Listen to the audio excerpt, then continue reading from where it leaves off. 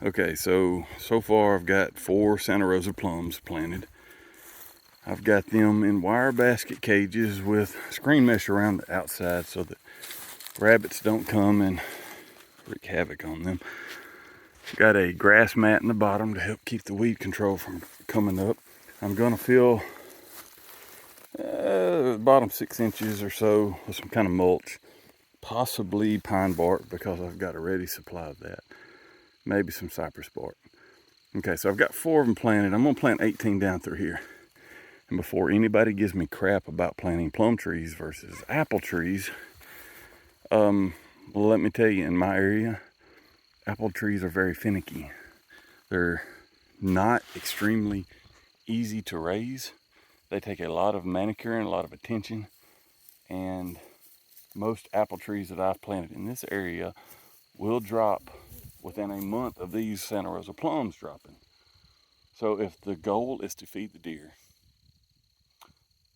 the Santa Rosa plums are heirloom plum trees.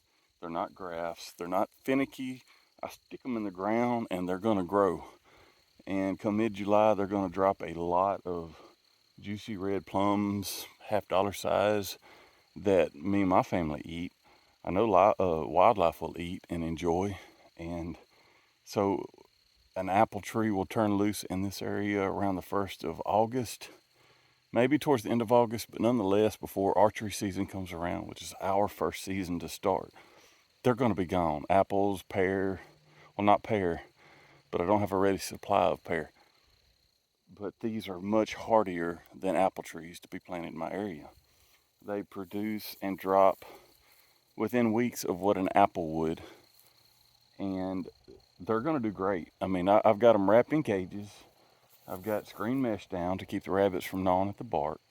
I'm going to put some mulch on them. I'm going to plant 18 down this overgrown food plot, which I am in the process of getting ready to do a great food plot.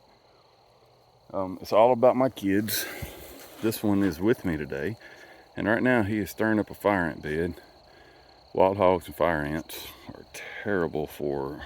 Hey, Dad. Yes. I didn't add the hole. All right. Fire ants and wild hogs are terrible for anything, everything. They're terrible for me, they're terrible for you. So also, before anybody complains and tells me I should have tubed these trees,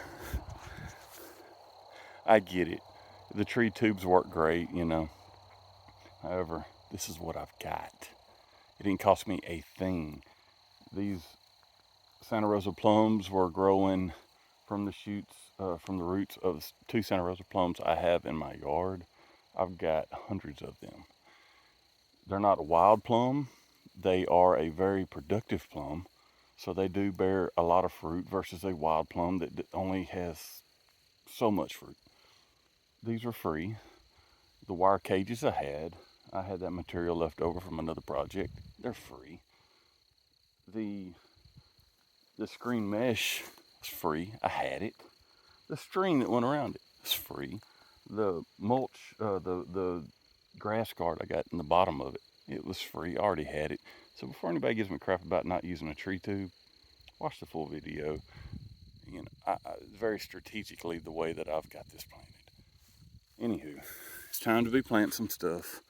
4 down. I'm gonna do 14 more. I want to plant them down the edge of this food plot. I left enough room for me to go through here with a sprayer or bush hog tractor and take care of this. However, to the side, you know, people want to talk about planting switchgrass for deer to have thick cover to come in before they come out. Not in my area. Yeah, it may benefit you if you're hunting on wide open ag land. I am not. I have plenty of thicket. So I have more than enough cover, thicket, bedding area. My area is limited in the amount of food we have. Very limited food. Heavy on the cover. Very limited on the food plots. So I'm trying to do my best to benefit the deer herd. I'm looking for the 150. In my area, my county in South Arkansas has never had a Boone and Crockett entry. 170 typical, 195 non-typical. It's never had that killed in our county. Personally, I've killed several 140s. I've never busted the magic 150 number. I would love to get a 170. However, it's not realistic. I'm gonna start with my goal for the next few years is to get a 150. Just keeping it real, not having unrealistic expectations to get me down and gloomy when it doesn't happen. 150 is achievable, but it's gonna take some work, some dedication, and I'm doing my best. So, Deer Camp Productions, peace out. Are you ready to go home? Okay. All right.